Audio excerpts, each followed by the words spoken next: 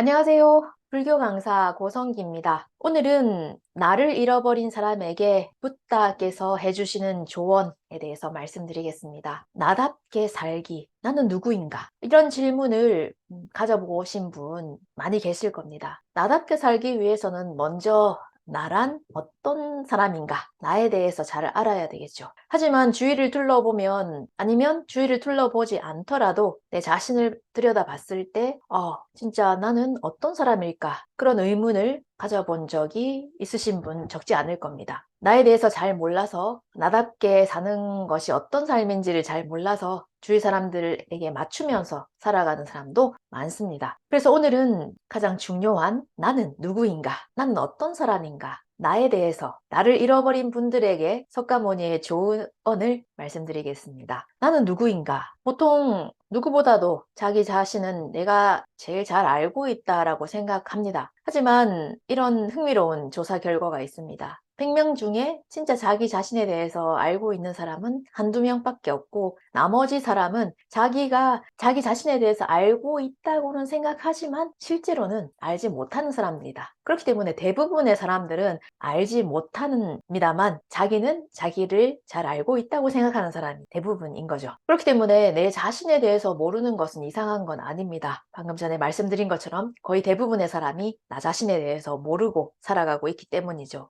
그럼 왜 우리는 우리 자신에 대해서 모를까요? 알 수 없을까요? 무엇이 나 자신을 아는 것을 방해하고 있을까요? 또 어떻게 하면 나 자신을 알 수 있을까? 오늘은 이것에 대해서 석가모니의 조언을 말씀드리도록 하겠습니다. 심리학에서도 이런 연구 결과가 나왔습니다. 나도 알고 있고 타인도 알고 있는 것을 개방, 그리고 나는 알고 있지만 타인은 모르는 것이 비밀, 그리고 나는 모르지만 타인은 알고 있는 것, 나에 대해 알고 있는 것을 맹점, 그리고 나도 모르고 타인도 나에 대해서 모르는 이 부분을 미지라고 합니다. 미지의 창, 개방의 창, 아니면 맹점의 창, 비밀의 창이라고 말하는 이 조하리의 창, 심리학에서도 유명하죠. 프로이트나 융이 연구한 심리학의 결과입니다. 아주 놀라운 점은 나도 모르고 타인도 나에 대해서 모르는 이 미지의 부분이 참 크고 깊다는 점입니다. 우리는 누구보다도 내가 나에 대해서 제일 잘 알고 있다고 생각을 합니다. 하지만 나도 모르고 다른 사람들도 모르는 나 자신에 대한 이 부분이, 미지의 부분이 존재한다. 그리고 그 부분이 아주 크고 깊다는 것을 학문적으로 밝혀낸 것이 바로 이 조하리의 창입니다. 그러면 우리는 왜 내 모습을 알 수가 없을까요? 나를 있는 그대로를 들여다볼 수가 없는 것일까요? 불교에서는 석가께서는 만심, 만 때문이다라고 말씀하십니다. 만이라고 하는 것은 만심을 말합니다. 자만심, 자랑하다 할 때 자만심, 만심을 말하죠. 이 만심은 있는 그대로의 내 모습을 볼 수 없게 만듭니다. 불교에서 말하는 6대 번뇌, 번뇌 중에서도 우리를 엄민하게 하고 괴롭히는 6가지 번뇌 중에 하나, 6대 번뇌 중에 하나가 바로 이 만심입니다. 이 만심 때문에 우리는 우리 자신을, 나는 내 자신을 있는 그대로 볼 수가 없습니다. 나는 내 자신을 좋게 좋게 보려고 하는 이것이 바로 이 만심이기 때문입니다. 보통 아이들이 범죄를 저질러서 집에 전화를 겁니다. 경찰서에 잡혀와서 부모님께 전화를 걸죠. 그러면 그 전화를 받은 부모님이 하는 첫 마디는 우리 애가 아닙니다. 우리 애 일리가 없습니다. 우리 애만큼은 그런 짓을 할 리가 없다. 이렇게 부정한다고 합니다.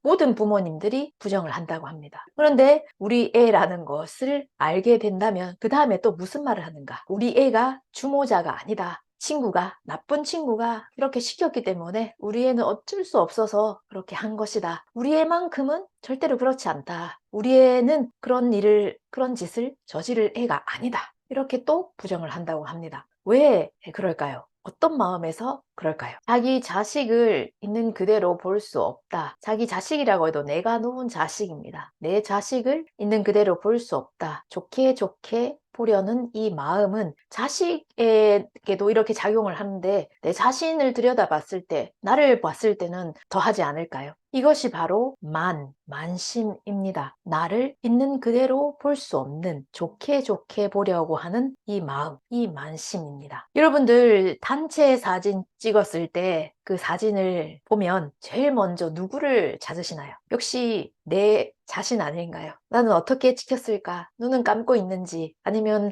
얼굴은 반쯤 앞친구 머리에 가려져서 잘 나왔는지 안 나왔는지, 제일 먼저 찾는 건 나 자신입니다. 그만큼 우리는 우리 자신이, 내 자신이 소중하고 내 자신을 좋아합니다. 그 다음에 찾아보는 건 내가 제일 좋아하는 사람. 첫 번째로 좋아하는 사람. 아, 이쁘구나. 아, 귀엽구나. 아, 잘생겼구나. 그 다음에 찾아보는 사람은 두 번째로 좋아하는 사람. 이게죠. 뭐니 뭐니 해도 단체 사진 찍었을 때, 아니면 단체 사진이 아니더라도 친구들이랑 같이 사진 찍었을 때도 먼저 보는 건 나 자신입니다. 여러분들 중에 혹시 출석번호 1번부터 순서대로 찾아보시는 분 계시나요? 아니면 역시 그래도 선생님 얼굴을 제일 먼저 찾아보시는 분 계시나요? 자기 자신을 제일 먼저 찾습니다. 그리고 잘 찍혔네? 안 찍혔네. 이렇게 확인을 하죠. 그만큼 우리는 우리 자신을 좋아합니다. 좋게 좋게 보려고 합니다. 이 마음, 내가 제일 좋은 거죠. 나를 제일 좋아하는 것은 나 자신입니다. 그래서 이 나 자신을 좋게 보려는 이 안심, 자만심 때문에 나를 있는 그대로 볼 수가 없습니다. 불교에서는 이 만심이라고 해도 7가지로 나눠서 7만에 대해서 가르쳐 주십니다. 만, 과만, 만과만, 아만, 증상만, 비하만, 사만, 이렇게 7가지입니다.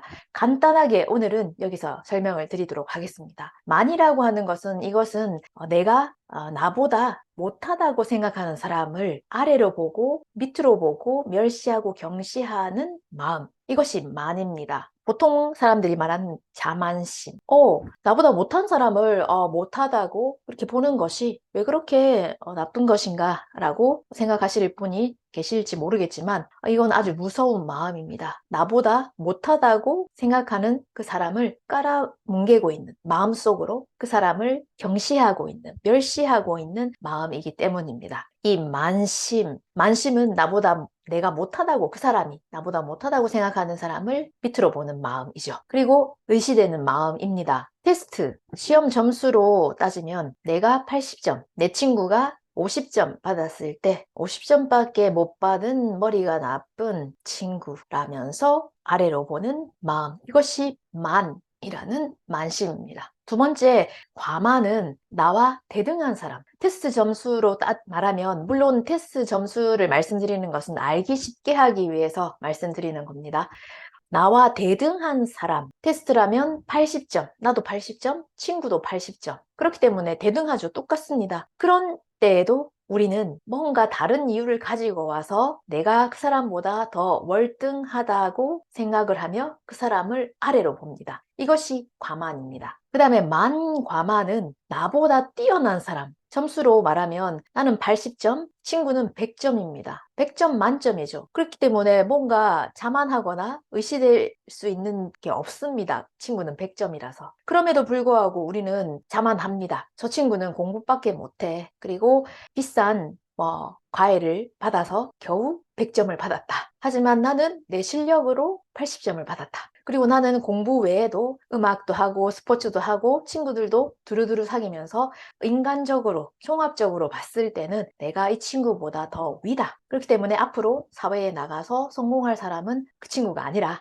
테스트밖에, 시험밖에, 공부밖에 못하는 그 친구가 아니라 내가 성공할 사람이다. 이렇게 나보다 월등히 뛰어난 능력, 재능, 이런 것을 가지고 있는 사람이라고 할지라도 다른 이유를 가지고 와서 여러 가지 이유를 대면서 다른 시험이 아닌 다른 여러 가지 이유를 대고, 그렇기 때문에 내가 그 사람보다 뛰어나다고 자만하는 마음, 이것이 만과만입니다.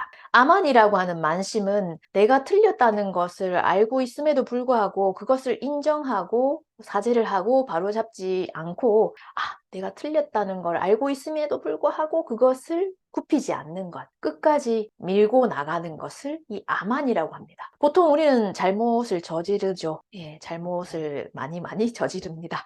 그러면 내가 말했던 것이 아니 내가 했던 것이 잘못되었구나. 내가 잘못 말했구나라는 것을 알 수가 있습니다. 그러면 그때 바로 내가 잘못했습니다라고 정정을 하고 사죄를 하면 될 것을 그것을 인정을 하지 못하고 사과를 하지 못하고 끝까지 밀어붙이는 것. 그래도 내가 맞아. 내 생각이 맞아. 라고 이렇게 우기는 것. 이것을 아만이라고 합니다. 그리고 증상만은 깨달음을 얻지도 않았음에도 불구하고 깨달음을 얻었다라고 말하는 것을 증상만이라고 합니다. 그리고 비하만이라고 하는 것은 예를 들어서 무슨 일을 저질렀다. 그래서 사죄를 한다. 그럴 때 머리를 숙이면서 죄송합니다. 라고 사죄를 하고 있는데 마음속은 어떤가? 내가 저지른 실수도 아닌데 나는 회사 대표로 나와서 많은 사람들 앞에서 이렇게 깊이 머리 숙여 사죄할 수 있다. 이렇게 어떻게 이렇게 사람이 겸허할 수 있는가, 겸손할까? 다른 사람은 하지 못하는 이 사죄를 나는 깊게 하고 있다라고 머리는 숙이고 있지만 마음속은 어떤가? 나보다 이렇게 더 진솔하게, 진지하게 사죄할 수 있는 사람, 자기의 잘못을 받아들이고 인정할 수 있는 사람이 어디에 있는가? 이렇게 생각하는 것. 이것이 비하만입니다. 아니면 나처럼 진짜 아무것도 모르고 진짜 세상 물정도 모르고 아무것도 못하면서 진짜 너무너무 죄송합니다. 여러분들 여러 가지로 저에게 지도 편달 바랍니다. 많이 가르쳐 주세요. 이렇게 말하는 것. 이것도 비하만입니다. 본심은 자기가 그렇게 세상 물정도 모르고 많이 모르고 공부도 안 하고 그런 사람이라고 생각하지 않습니다. 하지만 내가 이렇게 말했을 때 사람들은 어떤 반응을 보이는가 이렇게 생각하면서 마음에도 없는 여러분들 정말 부족한 저에게 많은 지도 편달 바랍니다. 진짜 저는 너무너무 멍청해요. 아무것도 몰라요. 이렇게 말하는 사람이 있습니다. 그런 사람한테 진짜 당신 아무것도 모르는 것 같네요. 멍청합니다. 이렇게 말하면 그 사람이 반응이 어떨까요? 7번째 사만이라고 하는 것은 자만할, 자랑할 가치도 없는 것조차 자랑하는 것을 말합니다. 예를 들어서 도둑이 누구보다 빨리 다른 사람의 문을 딴다거나 아니면 살인 강도를 저지른 사람이 나는 이렇게 잔혹하게 잔인하게 몇 명을 살인했다. 이런 것들을 진짜 자만할 가치도 없는 것이죠. 이런 것들을 자랑하는 것. 누가 들으면 참 그런 것을 자랑하냐라고 하는 것들. 이런 것이 사만입니다. 여러분들 어떠세요? 들어보시고 나는 어떤가? 나와는 전혀 관계가 없는지 아니면 나도 마찬가지인지 라고 생각하셨나요? 우리는 누구보다도 내가 내 자신을 제일 잘 알고 있다고는 생각하고 있지만 이렇듯 자만심 때문에 내 자신을 있는 그대로 볼 수가 없습니다. 내가 뭘 해도 나 자신은 나를 좋게 보려고 합니다. 이것이 만심입니다. 그렇기 때문에 있는 그대로의 나 자신은 볼 수가 없죠. 그럼 어떻게 하면 나를 찾을 수 있는가? 나를 알 수가 있는가? 석가께서는 불교 가르침을 들어라 라고 말씀하십니다. 석가모니 부처님께 제자가 질문을 했습니다. 석가모니 부처님, 불교 가르침은 어떤 것인가요? 한마디로 말씀해 주세요. 이렇게 질문을 했을 때 석가께서는 불교는 법경이다라고 말씀을 하셨습니다. 법경의 법이라고 하는 것은 달마, 진실입니다. 거울, 경자죠. 법경이라고 하는 것은 진실의 거울, 진실의 내 모습을 비춰서 보여주는 거울이 바로 법경입니다. 불교 가르침이라고 하는 것은 진실한 내 모습을 비추어서 나에게 보여주는 것이 불교 가르침입니다. 불교에는 선정이라는 것이 있죠. 선정이라는 것은 현대어로 표현하는 반성을 말합니다. 반성은 중요합니다. 석가께서는 이 반성을 권하고 계십니다. 하루에 몇 번이고 나 자신을 뒤돌아보면서 반성하는 것이 중요하다. 마음을 들여다보고 나 자신을 뒤돌아보고 반성하는 것은 중요합니다. 자선도 그렇죠. 앉아서 내 마음을 들여다보고 반성하는 것. 이 자선입니다. 여러분들 잘 알고 계신 달마대사. 달마대사는 그 달마대사도 보면 눈이 무섭죠. 이 눈은 다른 누군가를 향해서 보고 있는 눈이 아닙니다. 그래서 무서운 게 아니라 그 눈은 내 안을 들여다보고 있는 눈이기 때문에 무서운 눈입니다. 그렇게 내 안을 들여다보는 것이 반성입니다만, 방금 전에 말씀드렸던 것처럼 우리는 아무리 나를 뒤돌아보고 반성하고 나를 돌아본다고 할지라도 만심, 자만심, 칠만 때문에 나를 있는 그대로 볼 수가 없습니다. 그렇기 때문에 진짜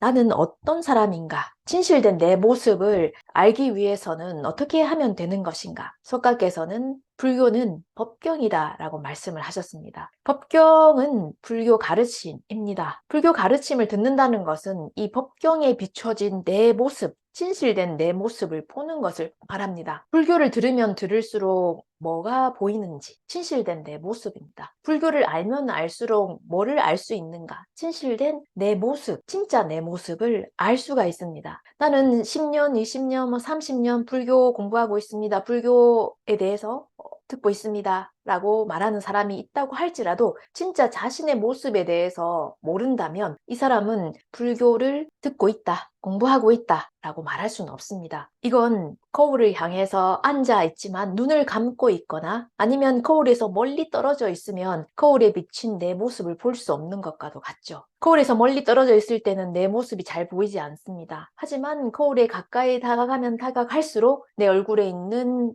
기미 아니면 점 아니면 여러 가지 것들이, 보고 싶지 않는 것들이 보이기 시작합니다. 그처럼 불교 가르침을 듣기 시작했을 때는 나 자신에 대해서 잘 모릅니다. 가르침을 들으면 들을수록 알 수 있는 것은, 알게 되는 것은 바로 내 자신입니다. 나란 어떤 것인가? 그리고 가르침을 듣고 이 법경을 향해서 나아가면 나아갈수록 내 진짜 모습을 알 수가 있습니다. 그리고 이 법경에 비춰진 내 진짜 모습을 알게 되었을 때 우리는 인생의 목적을 달성을 하고 진정한 내 모습을 알 수가 있습니다. 그리고 진정한 행복을 얻을 수가 있고 진정한 행복이 될 수가 있습니다. 나를 잃어버린 사람에게 석가께서 하시는 조언은 불교 가르침을 들어라. 법경에 비춰진 내 모습을 봐라. 그러면 진짜 내 모습을 알 수 있다라고 말씀을 하셨습니다. 진짜 내 모습을 알아차렸을 때 우리는 절대 행복, 진정한 행복이 될 수 있습니다.